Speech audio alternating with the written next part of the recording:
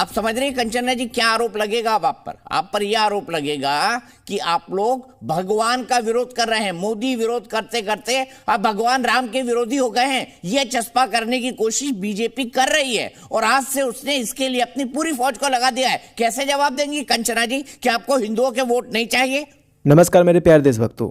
दोस्तों, वीडियो को आगे बढ़ाने से पहले मैं आपसे कुछ सवाल पूछना चाहता हूँ कि मोदी का विरोध करते करते देश का विरोध करना और भगवान राम का विरोध करना कहाँ तक सही है?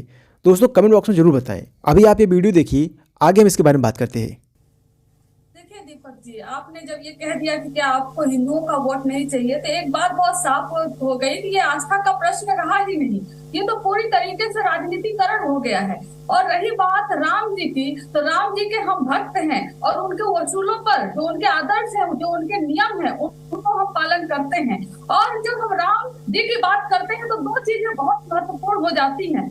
पहली बात, राम जी ने 12 वर्ष जब अपने वहां पर गुजारे और लास्ट 2 वर्ष में जब माता सीता जी का अपहरण हो गया तो वो छोड़कर उनको भागे नहीं, उनको लेकर वहां आए, रावण को त्रास किए। और दूसरा जो बात है कि वो यह कि उन्होंने जिसको जिसको हराया, चाहे वो बाली को हो या जिसको हराया, तो उन्होंने खुद कुर्सी नहीं ली। वो साफ दर्शाता है कि प्रभु राम किसी कुर्सी के लालच में नहीं थे, वरना वो वनवास पर नहीं जाते। लेकिन भगवान राम को ही सेंटर पर खड़ा करके कुर्सी पाने की जो कोशिश हो रही है, ये पूरा हिंदू देख रहा है। हिंदू जानता है, जो बचपन से प्रैक्टिस करता है वो जानता है कि जो मर्यादा पुरुषोत्तम राम है उनके आदर्श वसूल क्या है और जो भारतीय जनता पार्टी कर रही है इसका वसूल क्या है। सिर्फ साफ जाहिर है ये राजनीति कर रही है, ये आस्था को बेच रही है, प्रभु राम को बेच रही है। इसको इनका खामियाजा भुगतना पड़ेगा 2024 में, ये कितनी भी कोशिश कर ले। ठीक है, जवाब नहीं देता गौरव भाटिया जी। भगवान राम को बेच रहे हैं, आस्था को बेच रहे हैं, कुर्सी पाना चाहते हैं।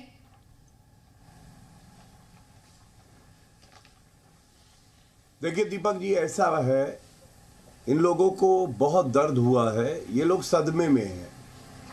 हिंदुओं से नफरत करना तो इनका डीएनए है, इसलिए इनको कहने दीजिए। पूरा देश देख रहा है, पूरा देश इस वक्त राममय है। स्वर्णिम युग की शुरुआत हो रही है और ये कहना गलत नहीं होगा, जैसे जैसे बढ़ रहा है पूजन, वैसे वैसे इनके चेहरे की बढ़ रही है सूजन। पहले कहते थे न्योता क्यों नहीं दिया, भाजपा का कार्यक्रम है क्या। अब न्योता आया तो कहते हैं मैं जाएंगे नहीं, हम लोग नहीं जाएंगे। मैं आपको 2-3 बातें बताता हूं और मैं आरजेडी पे आऊंगा। इनके जो नेताओं के बयान हैं वो जग जाहिर है कितनी नफरत है हिंदुओं से इनको। लेकिन सबसे पहले बात करते हैं कांग्रेस पार्टी की। कांग्रेस पार्टी कहती है कि धर्म जो है ये एक व्यक्तिगत विषय होता है। अच्छा, ऐसा है क्या? तो मैं ये पूछना चाहता हूं, ये तस्वीर देखिए। राहुल गांधी जालीदार टोपी पहन के इफ्तार पार्टी में तो जा सकते हैं। दिखाइए कैमरामैन, ये दिखाइए पूरे देश को। ये राहुल गांधी कहते हैं हम मुस्लिम पार्टी हैं। ये तो पंथ निरपेक्षता है, लेकिन मंदिर जाना जो है पंथ निरपेक्षता नहीं है, ये व्यक्तिगत विषय है। इसके बाद देखिए, चुनाव थे ना 5 राज्यों के। ये सोनिया गांधी की तस्वीर देखिए, ये पूरा देश देखे। चुनाव में तो हिंदुओं का वोट चाहिए होता है, इसलिए देखिए रामचरितमानस हाथ में पकड़ी हुई है रामलीला से पहले। लेकिन अब तो चुनाव खत्म हो गए, अब तो काम निकल गया, तो अब इस तरह से गाली दे रहे हैं। मैं ये कहता हूं, पहले तो पंथ निरपेक्षता तब होती है क्या दीपक जी, जब हज सब्सिडी दी जाती है, वो भी टैक्स पेयर के रुपए से। तब हज सब्सिडी होती है जब इफ्तार पार्टी में 5,000 रुपए की चांदी की प्लेट होती है, टैक्स पेयर का रुपया होता है और मुख्यमंत्री आवास पे बुलाया जाता है। यहां तो मंदिर जो भक्त जन हैं उनके चंदे से बन रहा है, फिर भी इनको दिक्कत हो रही है। दूसरी बात, अब आरजेडी की कर लेते हैं। देखिए, आरजेडी का तो चरित्र ही हिंदू विरोधी है। चंद्रशेखर इनके शिक्षा मंत्री हैं, उन्होंने क्या कहा? उन्होंने कहा रामचरितमानस को जला डालो। ये 12 जनवरी 2023 की बात है।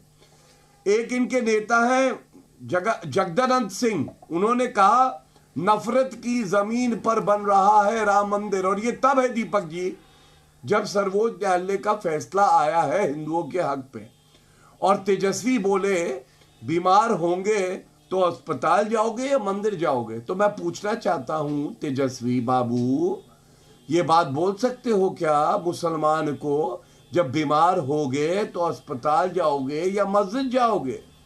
इतना तुष्टीकरण करोगे, ये चिंता का सबब है। ठीक है। और एक बात पे और कह दूं जो बड़ी बात है, एक बात और कह दूं, देखिए पन निरपेक्षता क्या है ये पूरे देश को पता होना चाहिए आपके माध्यम से। मेरे हाथ में ये जो तस्वीर है ये संविधान की है, जो मूल अधिकारों का चैप्टर है ना, इसमें क्या बना है आपको मालूम है? भगवान राम की तस्वीर है, मेरे हाथ में है, दिखाइए कैमरामैन, जूम करिए, देश को दिखाइए। संविधान निर्माता जब बैठे उनको भगवान राम पता था, यहां रोम रोम में है, कण कण में भगवान राम है। संविधान पे प्रतिलिपि लीजिएगा जो है और भगवान राम बने ठीक हुए। है, ठीक है। तो ओपनिंग फिर स्टेटमेंट हो वहां गए। भगवान राम हो सकते हैं, लेकिन इन पार्टियों को दर्द होता है। ठीक है, ओपनिंग स्टेटमेंट हो गए। आप सबके लिए 90 सेकंड का टाइमर। मैं सीधे चलूंगा विवेक श्रीवास्तव जी के पास। विवेक श्रीवास्तव जी, लेफ्ट के नेता तो बड़े इस रोजा इफ्तार में जाते थे। यूएफ की जब सरकार थी यूनाइटेड फ्रंट की, तब खालिस हमारे जो इंदर कुमार गुजराल जी ने रोजा इफ्तार दिया था, उसमें मैं भी गया था और उसमें तमाम लेफ्ट के नेता भी थे। लेकिन मंदिर नहीं जाएंगे, रोजा इफ्तार में जाएंगे, ये क्या राजनीति है? बताइए विवेक श्रीवास्तव जी। नहीं, देखिए बात मंदिर और मस्जिद की नहीं है, बात कम्युनल हार्मोनी की है। एक बात को समझिए, इफ्तार की पार्टी में अगर राहुल गांधी चले जाते हैं या दीपक चौरसिया भी चले जाते हैं और शिरकत करते हैं, तो एक भंडारे में आप गए हैं, एक कम्युनल हार्मोनी की बात है। आप वहां पे फातिया नहीं पढ़ रहे, नमाज नहीं पढ़वा रहे और ना ही मौलवी बनने जा रहे हैं। दोनों के फर्क को पहले समझिए।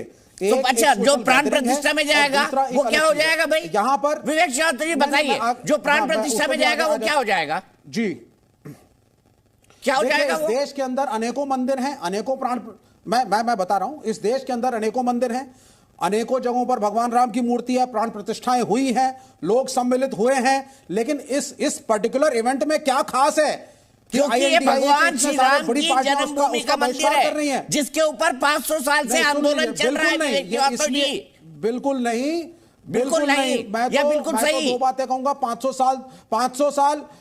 साल तो मुझे समझ नहीं आता। मेरा देश तो 1947 में आजाद हुआ था, उसके पहले अच्छा, मतलब उससे पहले 1947 से पहले ये देश ही नहीं था, भारतवर्ष था ही नहीं। विवेक श्रीवास्तव जी, इतिहास कहां से पढ़ा है आपने? जी नहीं, 1947 से पहले देश था ही नहीं। 1947 से पहले भारत था ही नहीं। भारत में क्या क्या हुआ, क्या क्या आक्रांताओं ने किया, ये आप याद भी नहीं करना चाहते। दीजिए जरा सर, मुझे बोलने दीजिए please, let me complete. Historically, चाहे भारत हो, चाहे यूरोप हो, चाहे कोई और देश हो, प्राचीन काल में, मध्य काल में हर जगह पे राजशाही थी। चाहे यूनाइटेड किंगडम हो, वो भी राजशाही थी। तो राजशाही के किस्सों को लेकर के यहां पे आना, दलितों के खिलाफ अट्रॉसिटीज होती थी, अनटचेबिलिटी का कोई कानून नहीं था। कहां पहुंच गए सर? हमने प्रोग्रेस करी है। अरे वो भगवान राम का मंदिर है जिन्होंने शबरी के झूठे बेर खाए थे। और मैं जहां जहां आपको टोक रहा हूं ना, आपका टाइमर हटा रहा हूं। ना, एक मिनट, क्या आ गए विवेक श्रीवास्तव जी? अनटचेबिलिटी। अच्छा, लेफ्ट के नेता इफ्तार पार्टी में तो जाएंगे, भंडारे में जाते हैं क्या? लेफ्ट के नेता इफ्तार पार्टी में तो जाएंगे, भंडारे में जाते हैं क्या? एक फोटो दिखा दीजिए किसी लेफ्ट के नेता का भंडारे में। बात सुन लीजिए, दिखाइए, मेरी बात सुन लीजिए, दिखाइए। सुन लीजिए सर, सुन लीजिए।